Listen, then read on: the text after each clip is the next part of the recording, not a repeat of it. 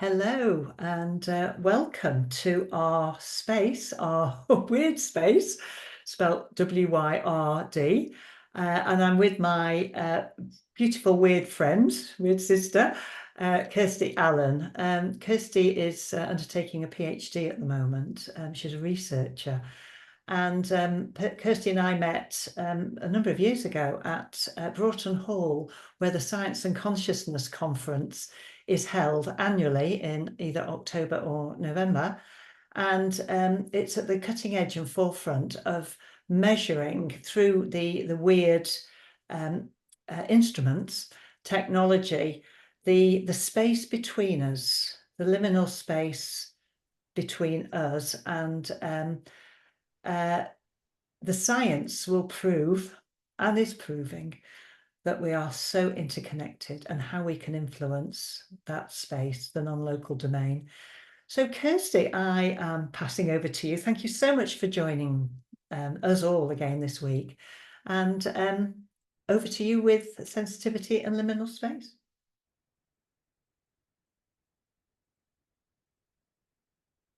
Can you not unmute? Okay, hang on a minute. Let's see if I can unmute you. Where are you? There we go. I'll also make you a host. Thank you. Yes, it's one of my younglings was just laughing maniacally in the background, so I thought I should just mute while you were talking, lest he be a distraction. So thank you. Yep. So hi everybody. Nice to see you again. Thanks for having me. So last week we were talking about that liminal space that Sue was directing everybody into, and I was drawing on the sort of inspiration for that about how we have this relationship with the idea of random, how we might like shuffle tarot cards, we might, jiggle a bag of runes, we flip coins, heads or tails. We have this innate understanding that in those spaces of the unfixedness, in that moment, that threshold moment before, the dice falls, before the coin lands, before the card is drawn, etc., there's like all possibility. And that being in those liminal states of being in those threshold spaces, and that can be in our inner world, it can be in the external environment too. That those spaces, those places afford perhaps a certain potency to them about how we might receive information, but also how we might influence, the world around us. So in one hand, it might be, loosely speaking, the world coming in, and then the other way around, it would be kind of our inner world manifesting in the outer world. And that's kind of where the Wyrd technology comes in, because it allows people to have a direct interaction between those spaces of the inner world and the outer world by being a kind of reflective tool, for example, like a light. And I've noticed that I think Isabel's light might also be green. It's been green throughout. Be interested to see if it's still green. I can't see her now. Where is she? I'm sure she's there somewhere. So I thought today, yes, it is great. We would go a little bit like further and bring in a particular aspect of my own fascination, which is the people. I'm all about the people. So I've got a few slides for you, just to kind of take you on a little whirlwind tour and see if you find this interesting. And then what we'll do is we will kind of dovetail back into the Wyrd tech, and I'll give you an example of what the sort of data might look like. So where we're bringing the people's experiences together with that kind of empirical scientific evidence, if you like. And the maniacal laughter continues in the background. I'm not sure if you can hear that, but there we go. It's all good. Okay, so my key areas of interest is psi, which I explained last time, is this general term that we have for, the kind of unknown factor, that extrasensory perception, that psychokinesis, the mind-matter connections, and sensitivity. And sensitivity is thought to be a trait that's sort of naturally inherited by about 20% of the population. And you might think that, in a way, there's a good evolutionary reason for that. Why are 20% of the population generally just sensitive? And what does that mean? And what is the intersection of these? And this is becoming very much my area of particular inquiry. So there's a couple of websites you might check out. So there's the Wyrd one, And then there's also this one, the if crowd, which is my little kind of club for sensitive people. And soon I thought it would be good to introduce this topic to you because it's highly likely that, you maybe are in this 20%, or perhaps you know someone in this 20%, or you're just more inclined towards this kind of way of being. So start with the proposition, which is, well, what if? We're curious people, right? We're asking what if questions all the time. What if this magic is already deep in our nature? It's not something we have to go and find. It's not something that we have to, go and learn. In fact, it's who we are. What if engaging with this is actually a process of rediscovery? Yeah, much like what the idea of Wyrd is in itself, which is reconnecting with this Anglo-Saxon idea of deep interconnection. And what if it's all about working with those subtle systems, those kind of subtle principles of the universe that we might be familiar with in maybe mystical traditions, for example, like the Hermetic principles, or maybe in Kabbalah, or in, many other kinds of mysticisms as well. And again, just wondering, maybe some of us are just ready to reclaim that word weirdo, you know? Be proud of it. So yeah, yep, I was always a bit different. I was always maybe in that smaller percent, a bit sensitive, No such thing as too sensitive. That is just rubbish advice, I would say. So what if, that relates in some ways to Wyrd, to this idea of deep interconnection? You're just a bit more in tune, shall we say. So what would that really look like? So in certain people, and it'd be interesting to know how many of you kind of relate to this, that you just kind of identify that this is maybe how you are. You might just be one of the natural sages of the community, one of the natural mages, maybe, thinking archetypally. Do people just come to you for advice? Do people just seem to kind of notice what you're doing and be interested in it? Do you just know when to take the washing in before the weather changes? Things like this. You're just kind of in tune. And historically, we might have been those people who were a little bit different, maybe a little bit othered, even for those same sensitivities. But that sensitivity predisposes us, it predisposes people, this kind of 20 or 20, 30% of people, just to notice more. So sensory information, you just notice a bit more of everything. And you process everything very deeply. You think deeply, you feel things very deeply all the time. You don't have to try, it's just your modus operandi, it's just the way that you are, and it's not something to be fixed. You might be quite inclined towards an intuitive thinking style and have a keen awareness of the mind-body interaction. Pros and cons with all of these things I might point out. And liminality, you might just have this sense of it, even if it's not in your conscious awareness, you just have this sense of being attracted to things which give you random, things which give you a threshold point. Maybe the idea of bridges, for example, or travel, or being in the dreamland or the imaginal just feel really at home for you. You might be more inclined to notice states of consciousness, for example, as you're falling asleep, what you notice then, as you're waking up, when you're still kind of one foot in the dream world and one foot's kind of already out of the bed, and you're not quite sure which way you're gonna go. And then you remember it's a Saturday and you go back. Maybe you notice these kinds of states. Maybe as a child, maybe as an adult, you've had unusual experiences of just, knowing something's going to happen, or knowing that maybe someone is having an unpleasant experience, or just kind of knowing that you can actually win something, or you can kind of beat the odds on something. Quizzes, multiple choice quizzes, by the way, are a great way to cultivate this kind of skill.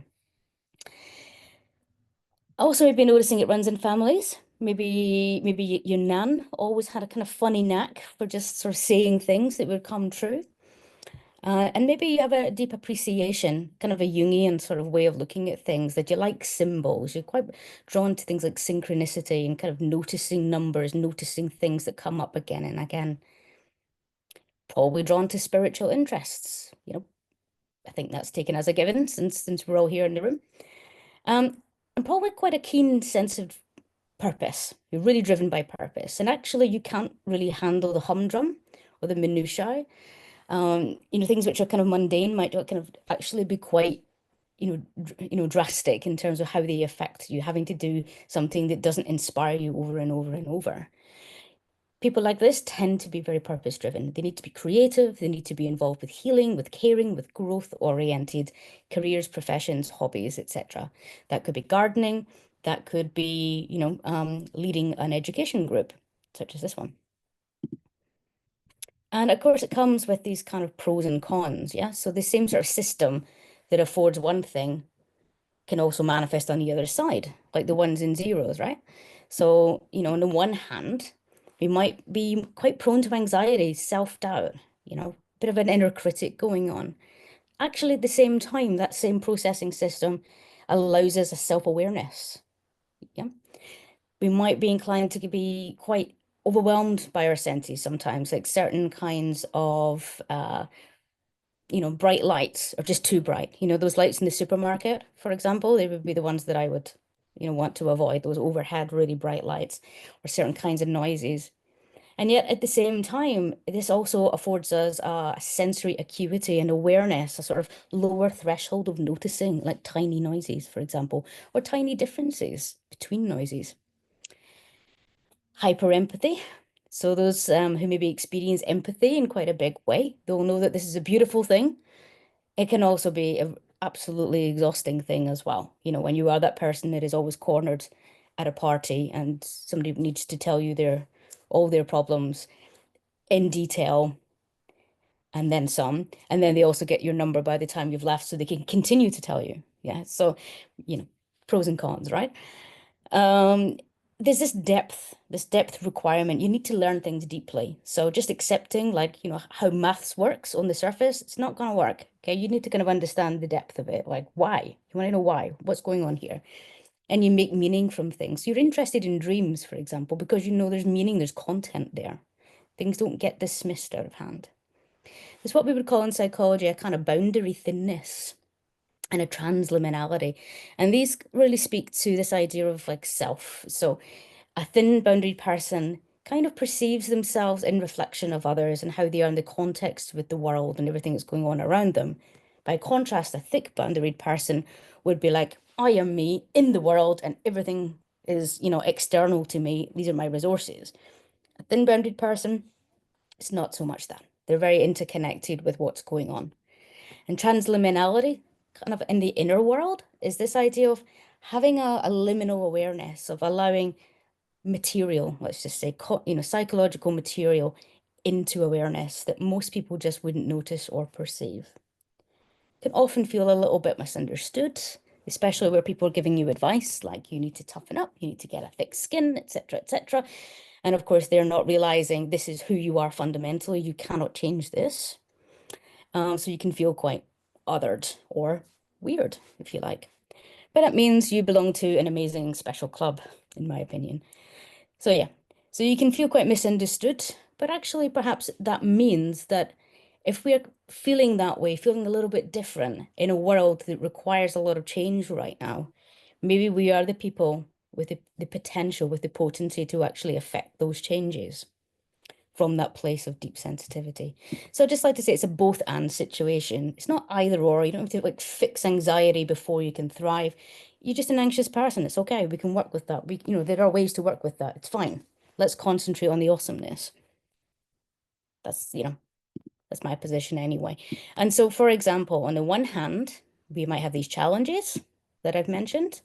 So maybe, you're a bit more sensitive to things you feel in your body. You might get fatigued. You might feel kind of misunderstood, all of these things. On the other side, by the same token, by whatever processing mechanism this is, it allows us to have all of these amazing gifts. So it's called vantage sensitivity. Interestingly enough, I think Michael Pluis might have been I think he was the chap that coined the phrase. So we have all these beautiful gifts on this side. And so if we spent our lives trying to fix the stuff on the left, the challenges, because we were told there's something wrong with us, we might never realize that we have all of this in our wheelhouse. So I'm on a mission to help sensitive people, to help the weirdos actually leverage their gifts. And kind of summing that up really is that there's a certain awareness of this fluidity and interconnection. So this idea of being connected to everything else that exists. kind of an awareness of states of consciousness, the body, and being in these threshold states. And these innate skills might manifest as, for example, an awareness of subtle environmental shifts, like electromagnetic fields. Maybe just kind of knowing when there's going to be a storm, for example. Enhanced use of intuition and other kind of what we call primary processes. These are things that don't go through like the logical, rational bit of the brain that likes to edit everything. We have more of a propensity to work with these primary systems. And maybe, this way of kind of connecting with other people through empathy and by perceiving information through other means that we have that greater sense of interconnection. And perhaps this is nudging or hinting at an ability to sense deep structures. And when I say deep structures, I'm kind of thinking again about those ones and zeros, these really, really fundamental ideas of what it means to become something and is not yet manifest. So what, might Wyrd data look like? So sort of coming back to the Wyrd tech aspect of it, what might we be looking for? What could possibly be interesting? Well, if we think, for example, there's this concept of syntropy, and this is something we hold very dear at Wyrd, is that with syntropy, it's like the opposite of entropy, if you will. So where entropy is a tendency to sort of fall apart, syntropy is nature's tendency to fall together. So interconnection, yeah? Thin boundaries, one might say. This deep weave of interconnection, a sort of matrix of life. And you'll see in the background here, there's a kind of matrix shown. And this is considered to be the kind of Wyrd rune, if you like. And it's 9 branches all interlocking to show all these different points of intersection and interconnectivity. Yeah. So what might happen, let's say, if you get a big bunch of lovely weirdos all together, yeah, focused on these ideas of connection, yeah, a shared experience, people who are sensitive to maybe spiritual modalities, people who, are very open and fluid, with their sense of self in a group. What might we see? So this initial slide, as you can see from the bottom here, has been pinched from my good friend Wolf, Dr. Wolf Yano, who is the kind of inventor of like this of the Wyrdoscope and the kind of method and the software and all these things. And so this is based on his data, and so I pinched his slides, which with permission, of course. So what you might see here is a crazy looking graph. So when we say classical materialist, what we mean by that is just kind of the regular science. So where people are assuming that consciousness is just a byproduct of the brain. It's just noise in the machine. It doesn't mean anything. It doesn't affect the world. There's no way that information from the world can get in there other than through the sense organs, all of these things. Then what we would expect to see is something like this when we look at random numbers, when we look at random event generator data. Just to remind you what that is, that's the ones and zeros. So where we have 2 of these random event generators chugging away. They're both just coin flipping. They're both just going 1 0 0 1 1 0 0 0 0 1 on whatever order they're doing that in. And what's represented here are 2 lines representing those 2 different streams of ones and zeros. So in the regular kind of scientific model, we would expect them just to kind of do what they do. Nothing particularly fancy happening. So the blue line, this is one of the random data streams. Maybe it goes up a bit and that's ones, it's going down a bit, those are zeros, and so on. So it's just kind of all over the place. Similarly, with the second one, it's kind of doing its own thing as well. And what we have here, just for those of you who want more information, this red line, this kind of curve up and down, this is really just a way of rendering or showing statistical significance. So if one of these lines was to kind of keep climbing, say, and kind of leave that red line, that's this parabola, if you like, if it was to leave this up here, we would start to get very curious because it's telling us about the odds against chance. But in the Wyrd tech, what we have is we have 2 of them, and we're really interested in the relationship between the 2. So if one of them started to do something kind of interesting, that's interesting. If both of them are doing something at the same time, that's even more interesting. What the team have been finding is that three structures seem to emerge in the data. So when people get together collectively to do an activity and they're really engaged with one another and they're really fluid and they're really focused, so there's a lot of intention, there's a lot of attention, there's almost like a hive mind kind of thing going on, tend to find that these unusual patterns emerge. So either the two supposedly random streams of data, the ones inside, ones and zeros, both start to kind of do the same sort of thing. Or they completely mirror one another. Or the third one, which is potentially the strangest, is they stick together. And we don't really know why that's happening, but it is happening. And this is basically what we're all fascinated by. So again, slide pinched from both. So here's an example, just to kind of wet your whistle, so to speak. Here's an example from a ritual. Okay, so this was a ritual the wolf was involved with a number of people. And what it's showing is that the two data streams are kind of, they're kind of sticking together. Then there's kind of some structures forming, there's some bits and pieces very interesting. And then there comes a point where, in time, where they just separate. And this marked, curiously enough, in real time, this marked the end of the ritual, the kind of breaking of a circle, if you like. What's even stranger is it can be repeated. So this one was in 2019, and here we have it again in 2022. Same ritual, same pattern. Same curious thing happens at the end of the ritual. If you if you have ideas and you can tell us what this means, please do. Please get in touch. Answers on a postcard.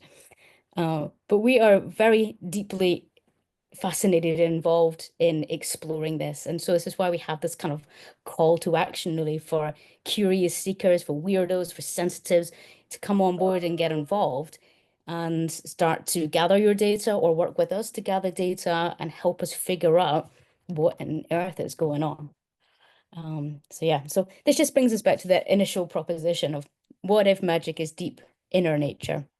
What if it is this process of rediscovery? And what if it presents contact with or a kind of awareness of a subtle system, the subtle principles of the universe? And I have a little bit more, but I'm not sure how much time we have. How are we doing, so? And I would suggest that's a lot and it's beautiful. But I suggest Okay. that we yeah, unless there's something really you want to show, Kirsty.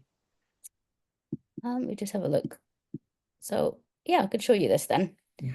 So I've got a bit of a working theory, and this is like kind of me in my sensitivity world, is that what if on the surface, those sensitive people, where they really respond to things like great works of art, scenes of nature, poetry, great architecture, music, etc.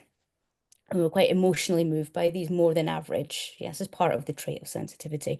We're more moved by these, more likely to be emotional, for example, and experience awe. But what if actually this is signaling something at a deeper level, a deeper structural level? So the reason that we're moved by these is because something else is pushing up into these. So great art, for example, we can often kind of analyze it, can't we, with sacred geometry? We can analyze it by looking at composition and its meaning making and its relevance to these deeper structures. And what if these kind of underlying concepts that map meaning also have something deeper? And again, we're just sensing into this subtly structured world that we might find in things like the Hermetic principles. And so I have here a little bit of ones and zeros as an example. So what if, in this state of kind of the unmanifest, the unknowable, something is pushing up and some people are just a little bit more in tune or open to experiencing it than others? Then all of this just makes sense. It just makes sense, and we would expect to see it in the data outputs. We would expect to see it in our behaviors. We would expect to see it in our propensity to work with symbols, for example, and our being attracted to the natural world and to the arts. And of course, this is what Jung tells us. Good old Carl Jung. This is what he's always said. Man's task is to become conscious of the contents that press upward from the unconscious. And I do wonder that he was really kind of the ultimate mystic of the 20th century, and that this is what he was getting at. But of course, it's not new. The ancients have been telling us forever. What do they advise us? They say, become more sensitive. You want to know the divine? Become thin-boundaried. You want to get to know, the nature of the universe? Dissolve your sense of self, and so on. It's really where the magic happens, and that's what we have here is this person crossing the limin in this very famous engraving. And there we are, and that's kind of like my overview, and I hope that has been, interesting for you.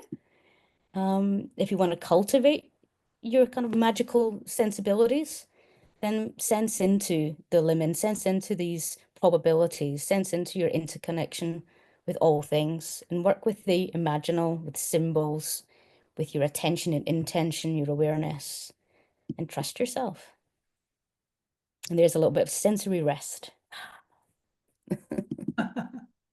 Thank you very much. There Oh, go my contact details, should anybody want them. thank you. Thank you. Thank you. You're welcome. Thank you so much. That made perfect sense. Did it? I hope so. It did. Firstly, you've got a beautiful way of presenting, Kirsty, Oh, dear. which holds attention. But it flowed, with the what if questions.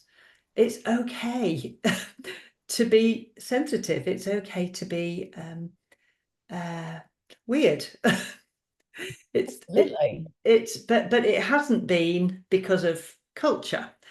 And now the culture, and this is what I'm loving so much today, where we are culturally becoming more aware of the differences between us, but we're all interconnected within those differences, and those sensitivities are talking to us. So yeah, thank you so much indeed. Do you have one last word before we move into conversation?